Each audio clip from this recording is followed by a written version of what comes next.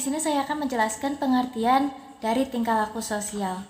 Tingkah laku sosial adalah gerakan-gerakan yang diperlihatkan seseorang dan dapat dilihat oleh orang lain pada saat berinteraksi dengan lingkungan, terutama lingkungan sosial. Menurut Auguste Comte, seorang ahli yang menemukan nama sosiologi, mengemukakan bahwa dalam mempelajari tingkah laku sosial tidak cukup dengan melalui ilmu biologi dan ilmu sosiologi. Oleh karena itu lahirlah La Morale. La Morale adalah ilmu yang mempelajari tingkah laku manusia. La Morale identik dengan ilmu yang mempelajari tingkah laku yang saat ini sering disebut dengan psikologi. Baiklah, saya di sini akan menjelaskan tentang kekhasan tingkah laku sosial remaja. Berkembangnya kesadaran akan kesunyian dan dorongan pergaulan. Hal ini menyebabkan remaja memiliki solidaritas yang amat tinggi dan kuat dengan kelompok sebayanya. Adanya upaya memiliki nilai-nilai sosial. Hal ini menyebabkan remaja senantiasa mencari nilai-nilai yang dapat menjadi pegangan untuk kehidupannya.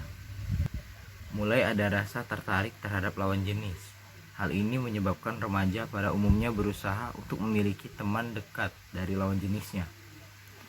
Pada masa remaja mulai tampak kecenderungannya untuk memilih karir tertentu meskipun masih dalam tahap pencarian karir.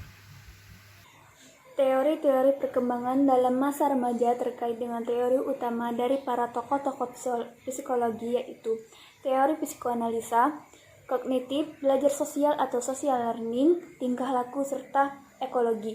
Tetapi di sini saya hanya akan menjelaskan 3 teori saja, yaitu teori psikoanalisa, belajar sosial atau social learning, serta teori kognitif. Yang pertama yaitu teori psikoanalisa. Ahli teori psikoanalitik mengatakan bahwa pengalaman masa dini dengan orang tua akan sangat membentuk perkembangan. Ciri-ciri tersebut dapat dilihat dari teori psikoanalisa yang utama, yaitu dari Sigmund Freud mengatakan bahwa kepribadian memiliki 3 struktur. Yang pertama indo, yang kedua ego, dan yang ketiga superego. Yang kedua, teori social learning atau belajar sosial. Ahli teori ini mengatakan bahwa bukanlah robot yang tidak punya pikiran yang mekanis pada orang lain dalam lingkungan kita. Pendekatan belajar sosial melakukan pada pentingnya penelitian empiris dalam belajar perkembangan.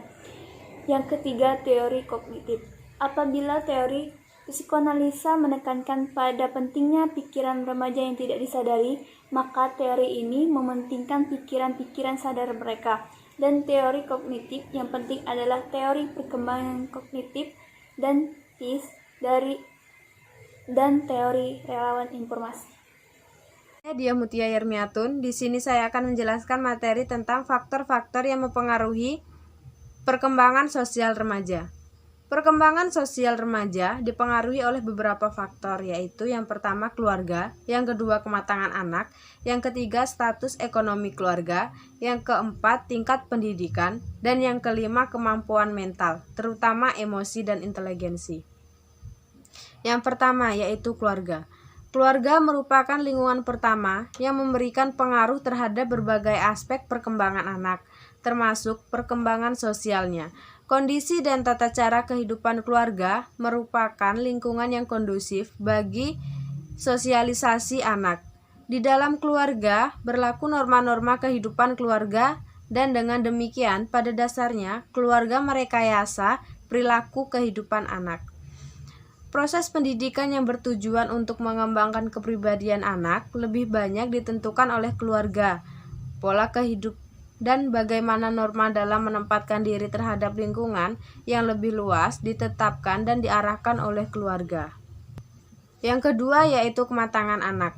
Bersosialisasi memerlukan kematangan fisik dan psikis untuk mampu mempertimbangkan dalam proses sosial, untuk memberikan dan menerima pendapat orang lain memerlukan kematangan intelektual dan emosional.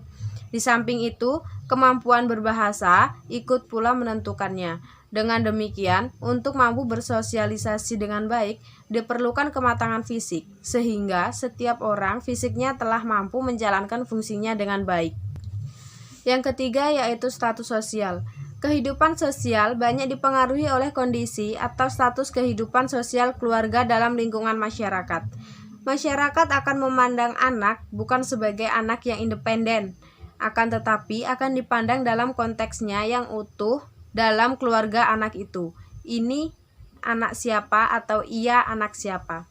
Secara tidak langsung, dalam pergaulan sosial anak, masyarakat dalam kelompoknya akan mempertimbangkan norma yang berlaku di dalam keluarganya. Yang keempat yaitu pendidikan. Pendidikan merupakan proses sosialisasi remaja yang terarah. Hakikat pendidikan sebagai proses pengoperasian ilmu yang normatif akan memberikan warna kehidupan sosial anak di dalam masyarakat dan kehidupan mereka di masa yang akan datang. Pendidikan dalam arti luas harus diartikan bahwa perkembangan anak dipengaruhi oleh kehidupan keluarga, masyarakat, dan kelembagaan. Penanaman norma perilaku yang benar secara sengaja diberikan kepada anak atau peserta didik yang belajar di kelembagaan pendidikan atau sekolah. Yang kelima yaitu kapasitas mental, emosi, dan inteligensi. Kemampuan berpikir banyak mempengaruhi banyak hal, seperti kemampuan belajar, memecahkan masalah, dan berbahasa. Remaja yang berkemampuan intelektual tinggi akan berkemampuan berbahasa secara baik. Oleh karena itu, kemampuan intelektual tinggi, kemampuan berbahasa baik, dan pengendalian emosional secara seimbang sangat menentukan keberhasilan dalam perkembangan sosial anak.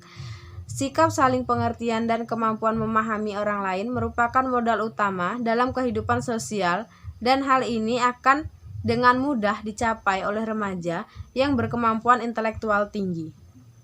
Sekian penjelasan dari saya. Saya ucapkan terima kasih.